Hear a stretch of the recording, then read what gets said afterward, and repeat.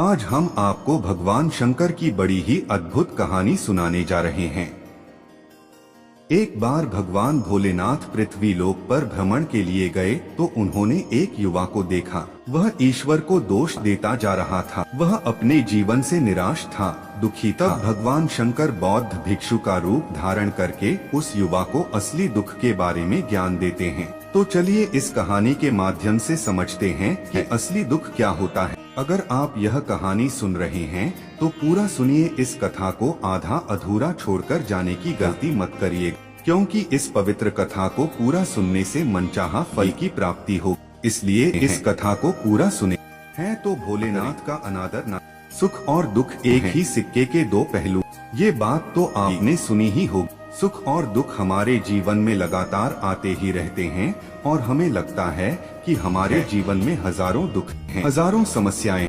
लेकिन अगर आप वास्तविक तौर पर देखें, अगर आप इस बात को अच्छी तरह से समझें, तो आप ये समझ पाएंगे कि हमारे जीवन में केवल एक ही दुख होता है। और दुख क्या है वो हम इस कहानी के माध्यम से जानेंगे, और उस दुख का निवारण, उस दुख का समाधान क्या है वो भी हम इस कहानी में ही जाएंगे। तो इस कहानी के अंत तक जरूर बने रहिए। एक समय की बात है, एक गांव में एक व्यक्ति रहता था। उसका नाम सोनू था। वह बड़ा आलसी था और अपने जीवन से बहुत निराश था, और उसका कारण यह था कि उसने अब तक अपने जीवन में कुछ भी हासिल नहीं किया था। वह कुछ भी नहीं करता था। उसके घर वाले भी इस बात से बहुत परेशान रहते थे। वे चाहते थे कि वे बाहर जाकर कुछ अच्छा काम करें, कोई अच्छी नौकरी कर लें, लेकिन वह उनकी एक नहीं सुनता था। उसके घर वाले दूसरों का उदाहरण देकर उसे ताने मारते थे, उसे तरह तरह की बातें कहते थे, लेकिन उसे कोई फर्क नहीं पड़ता था। जबकि उसके सारे मित्र कामयाब हो चुके थे। कोई अच्छा व्यापार कर रहा था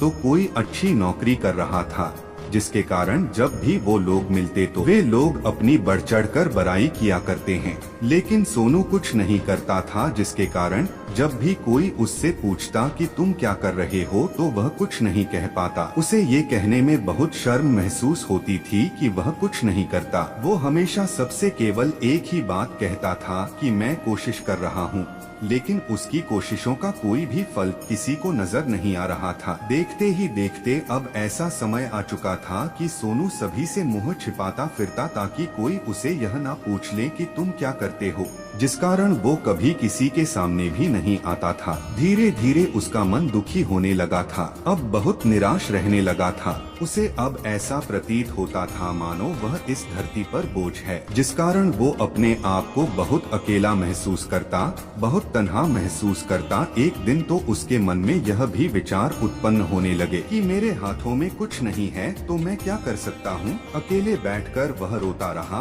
और भगवान को दोष देता रहा। एक दिन छुपता छुपाता वह घर से निकलकर कहीं जा रहा था। तभी उसने रास्ते में देखा कि एक बौद्ध भिक्षु लोगों को प्रवचन दे रहे हैं और प्रवचन में वह दुख की बातें कर रहे हैं। सोनू कुछ देर के लिए अपना मुंह छुपाकर वहीं पर खड़ा हो गया, ताकि उसे कोई देख ना ले, और चुपचाप वहां उन भिक्षुओं की बातें सुन रहा था। बौद्ध भिक्षु सभी को प्रवचन में कह रहे थे कि दुख हमारा सबसे बड़ा साथी है। हमें दुख अपने जीवन के बारे में समझाता है और हमें सही जीने का तरीका बताता है। ये हमारे गुरु की तरह है, जिसे हमें सीखना चाहिए। आप चाहें तो अपने जीवन में अपने दुखों को अपना गुरु बना सकते हैं और उससे सीख सकते हैं, या फिर आप चाहें तो अपने दुखों पर बैठकर रो सकते हैं, लेकिन इससे आपको कोई लाभ नहीं मिलेगा, बल्कि आप दिन भर दिन और कमजोर होते जाएंगे, निराश होते जाएंगे। सोनू छुप छुप कर उन बौद्ध भिक्षु की ये सारी बातें सुन रहा था। जैसे ही उपदेश खत्म हुआ,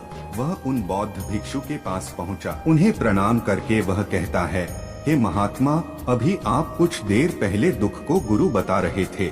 आप कह रहे थे कि दुखों से हमें सीखना चाहिए, हमें उन्हें अपना गुरु बनाना चाहिए। लेकिन मैं भी तो अपने दुखों से परेशान हूँ, अपने जीवन से परेशान हूँ। मैंने अब तक जो दुख झेला है, मुझे तो कभी ऐसा प्रतीत नहीं हुआ कि मेरे दुख मुझे कुछ सिखा रहे हैं, बल्कि मुझे तो हमेशा यही लगता है कि वो मुझे पीड़ा दे रहे हैं, तकलीफ दे रहे हैं।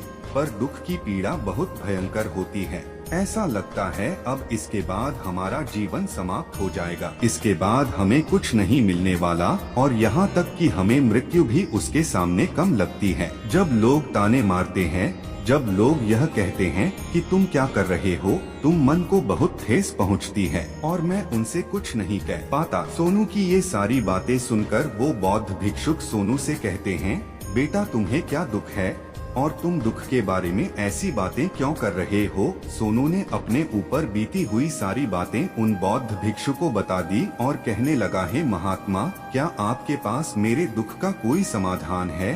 सोनू की यह बात सुनकर वो बौद्ध भिक्षु मुस्कुराने लगे और सोनू से कहते हैं, बेटा जब तुम्हारे जीवन में कोई असली दुख आए तब तुम मेरे पास आना, मैं इसका समाधान तुम्हें अवश्य बताऊंगा। उन बौद्ध भिक्षु की यह बात सुनकर सोनू थोड़ा सा अचरज में पड़ गया। उसे यह समझ नहीं आ रहा था कि क्या उसने अब तक जो दुख झेला है वह असली दुख नहीं है। उसने जो अब तक पी रहा है सही है, जो ताने सहे हैं, जो तकलीफें उठाई है, क्या वह असली दुख नहीं है।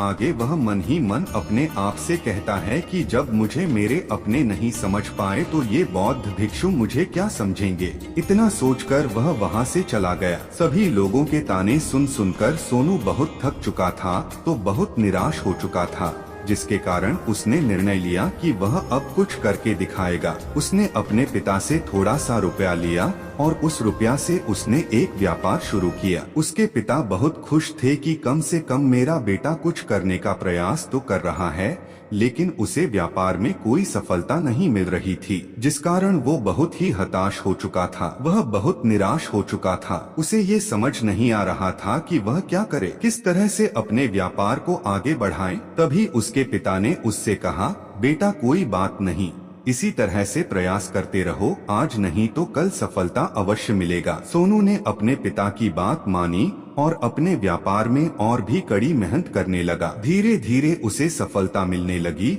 और फिर उसने रफ्तार पकड़ ली। देखते ही देखते केवल 3 सालों के अंदर